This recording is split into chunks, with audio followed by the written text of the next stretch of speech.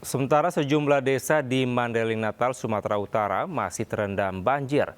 Pendistribusian bantuan pun dilakukan dengan menggunakan perahu.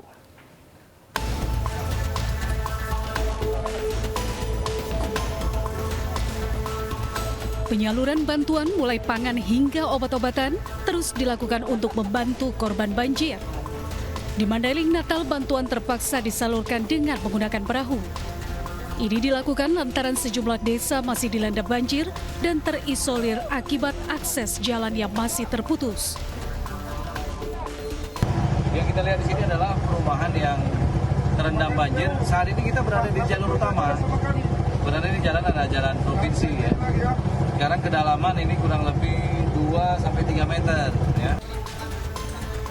Minimnya bantuan membuat para korban banjir kelaparan hingga banyak dari mereka yang terserang penyakit. Meski banjir sudah berlangsung sepekan, namun bantuan yang didapat warga masih sangat minim. Dari Mandailing Natal, Sumatera Utara, Ahmad Hussein Lubis, iNews melaporkan. Pemirsa, Presiden Prabowo Subianto temui pengungsi bencana banjir dan longsor di Tapanuli Tengah, Medan, Sumatera Utara, dan Padang, Sumatera Barat hingga Aceh.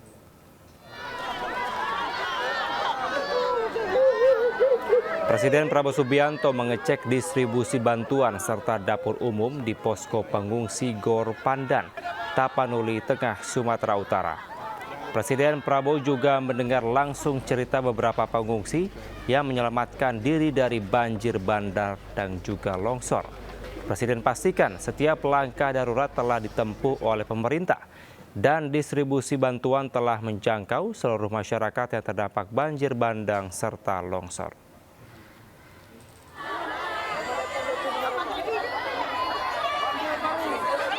Usai meninjau lokasi banjir bandang di Tapanuli Tengah, Sumatera Utara, Presiden Prabowo Subianto bertolak ke Medan dan Aceh untuk meninjau lokasi terdampak banjir dan longsor. Presiden Prabowo Subianto menyebut penyaluran BBM di wilayah terdampak banjir dan longsor di Aceh, Sumatera Barat, dan Sumatera Utara menjadi prioritas.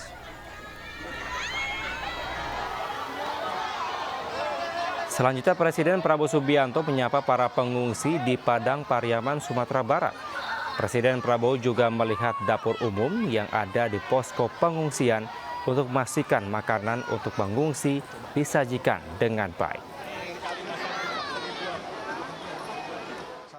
Sekarang prioritas bagaimana bisa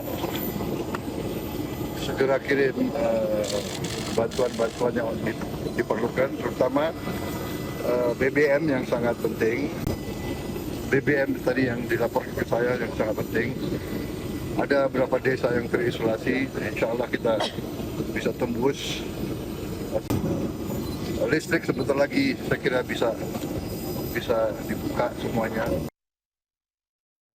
Informasi lainnya, pemirsa, ajang penghargaan bergengsi dunia film tanah air Indonesian Movie Actor Award 2025 berlangsung meriah di studio RCTI Plus Kebonjeruk, Jakarta Barat.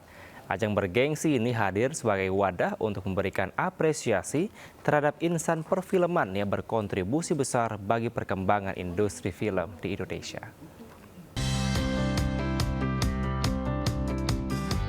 Malam bertabur bintang, aktor dan aktris ternama di tanah air mewarnai puncak perayaan Indonesian Movie Actors Award 2025 yang digelar sangat meriah di studio RCTI Plus Kebonjeruk, Jakarta Barat.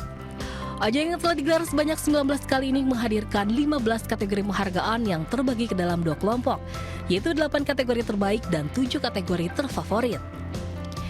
Indonesian Movie Actors Award 2025 juga turut dihadiri Wakil Menteri Kebudayaan Republik Indonesia Giring Ganesa bersama istri yang memberikan apresiasi terhadap kemajuan industri film Indonesia.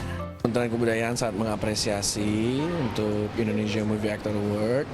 Bagi kami, ajang-ajang merayakan ekosistem dan pencapaian ekosistem perfilman itu pasti kita support. Makin banyak festival kan lebih banyak film-film akan bermunculan, baik itu film panjang, film pendek, dokumenter. Akhirnya kan ekosistemnya jadi jalan, itu sih yang kita harapkan.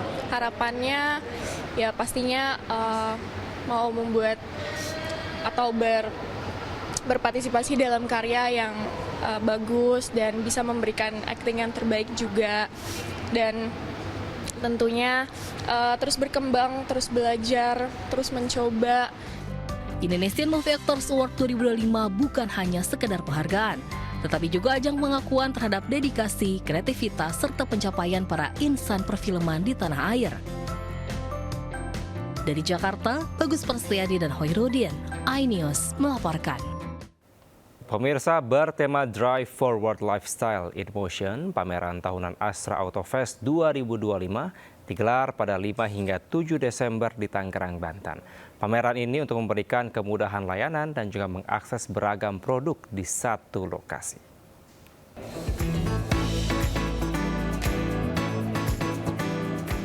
Pameran tahunan bertajuk Astra Auto Fest 2025 digelar pada 5 hingga 7 Desember 2025 di Astra Beach Center di Tangerang, Banten. Acara yang mengusung konsep One Stop Solution Experience menghadirkan kolaborasi 25 unit bisnis Astra, mulai dari otomotif, keuangan, hingga layanan kesehatan. Produk baru pun akan diperkenalkan mulai dari harga Rp299 juta. Nah, produk baru apa sih nanti yang akan hadir di Astra Auto Fest? Salah satunya adalah produk yang ditunggu-tunggu, yaitu Toyota Veloz Hybrid. Nah, Toyota Veloz Hybrid ini adalah produk ya dari Toyota dengan teknologi full hybrid, elektrifikasi, ya dengan harga yang sangat affordable.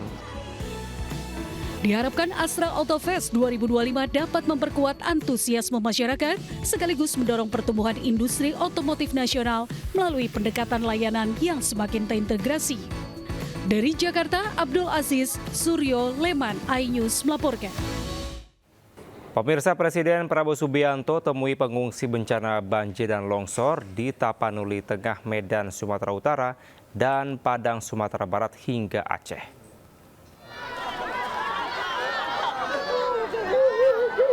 Presiden Prabowo Subianto mengecek distribusi bantuan serta dapur umum di posko pengungsi Gor Pandan, Tapanuli Tengah, Sumatera Utara. Presiden Prabowo juga mendengar langsung cerita beberapa pengungsi yang menyelamatkan diri dari banjir bandang dan juga longsor. Presiden pastikan setiap langkah darurat telah ditempuh oleh pemerintah dan distribusi bantuan telah menjangkau seluruh masyarakat yang terdampak banjir bandang serta longsor.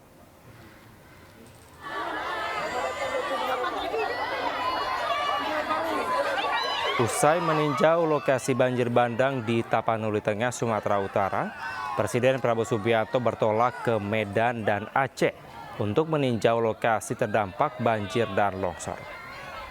Presiden Prabowo Subianto menyebut penyaluran BBM di wilayah terdampak banjir dan longsor di Aceh, Sumatera Barat, dan Sumatera Utara menjadi prioritas.